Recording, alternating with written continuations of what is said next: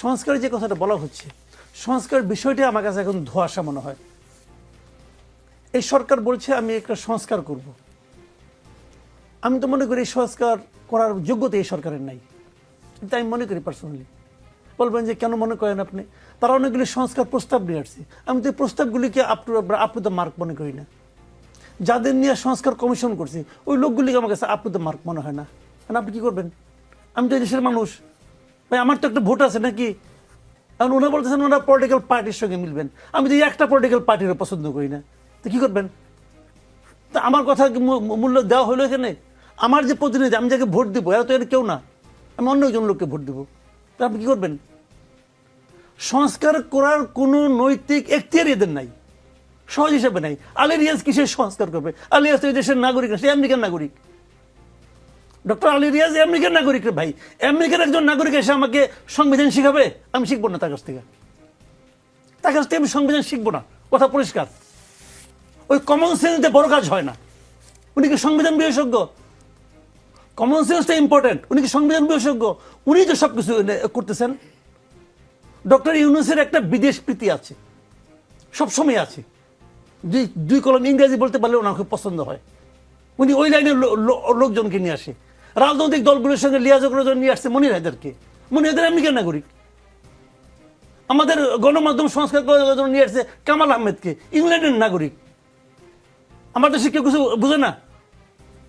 আমাদের আইন উনি আমাদেরকে ফিডার খাওয়াচ্ছেন, উনি বললেই হবে।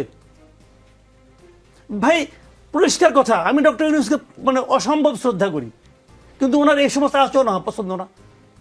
ওনারা নানা ছুতা নাতা এটাকে দীর্ঘায়িত করতে চান, কি কারণে চান তাও ক্লিয়ার।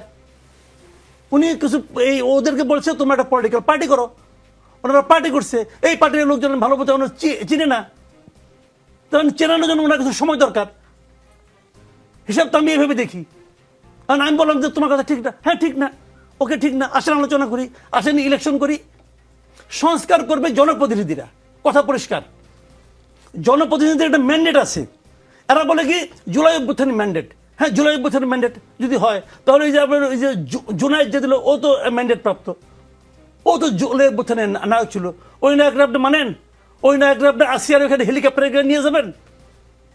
যাবেন নিয়ে? যাচ্ছেন না তো। ও ফোন করলে কি ডিসি খারাই পড়বো? সার্জিস হাসনাত ফোন করলে খারাই পড়বো?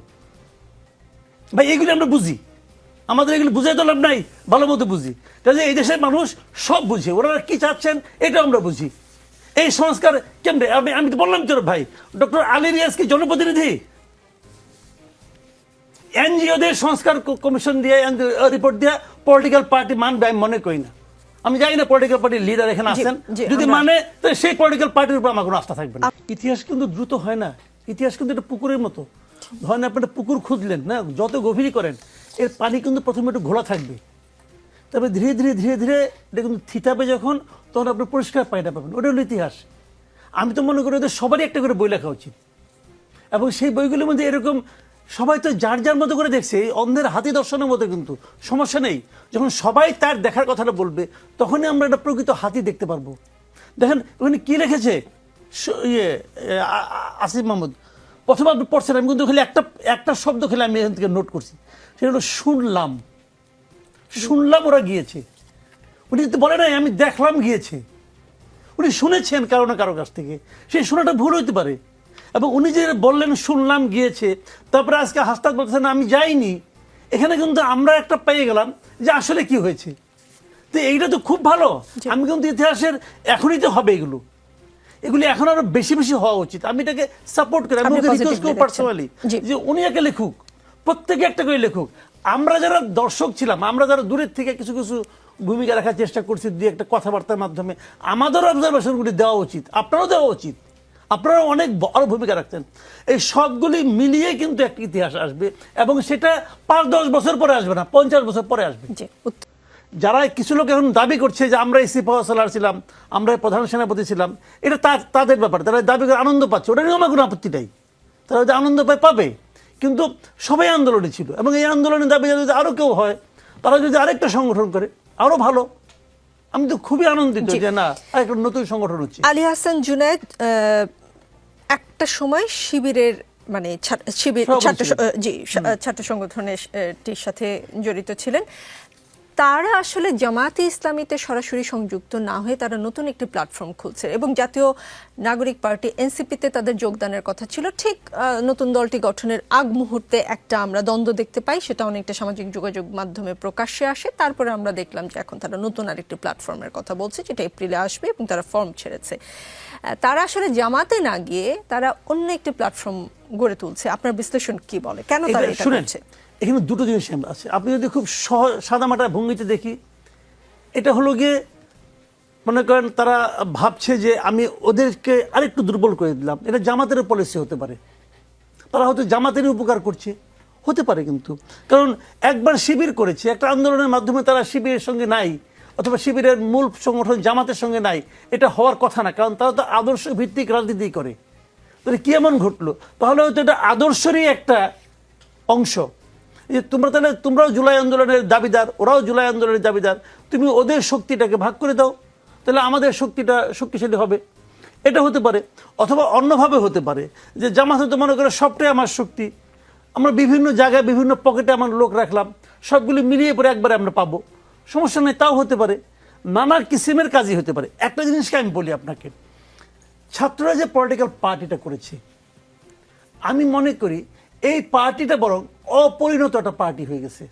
এনসিপি, হ্যাঁ, অপরিণত এই কারণে যে দেখেন, তাদের প্রথমে ফেব্রুয়ারির দ্বিতীয় সপ্তাহে তাদেরকে কথা ছিল তারা একটা ঘোষণা করবে, সেটা তারা পিছাইতে পিছাইতে পিছাইতে পিছাইতে 28 তারিখে ঘোষণা করছে।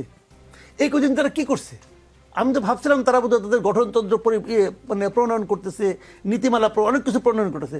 দেখা গেলো আসলে এই কদিন তারা কিছুই করে নাই, আসলে নেতৃত্বকে অ্যাকোমোডেট করার জন্য নানা কাজকর্ম করছে। এটা কিন্তু খুবই গতানুগতিক একটা রাজনীতি।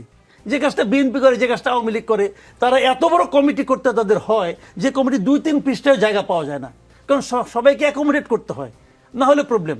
তো ওনাদেরও সবাইকে অ্যাকোমোডেট করার একটা পলিটিক্স, একদম গতানুগতিক পলিটিক্স করছে তারা। এবং এই কয়েকদিন তারা খালি এইগুলোই করছে যে কিভাবে আমার লোক সবাইকে ঢোকানো যায়।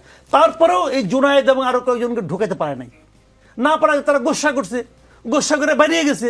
যে বাংলাদেশের নিয়ম, একজন বাইরে এসে নিজেও একটা পার্টি করে, ওনারাও একটা পার্টি করছে। এটা হচ্ছে মূল ঘটনা। এটা এখন দৃশ্যত যে আমাকে জিজ্ঞাসা করেন, আমি খুশি কারণ আমার জন্য আরেকটা অপশন বাড়ছে।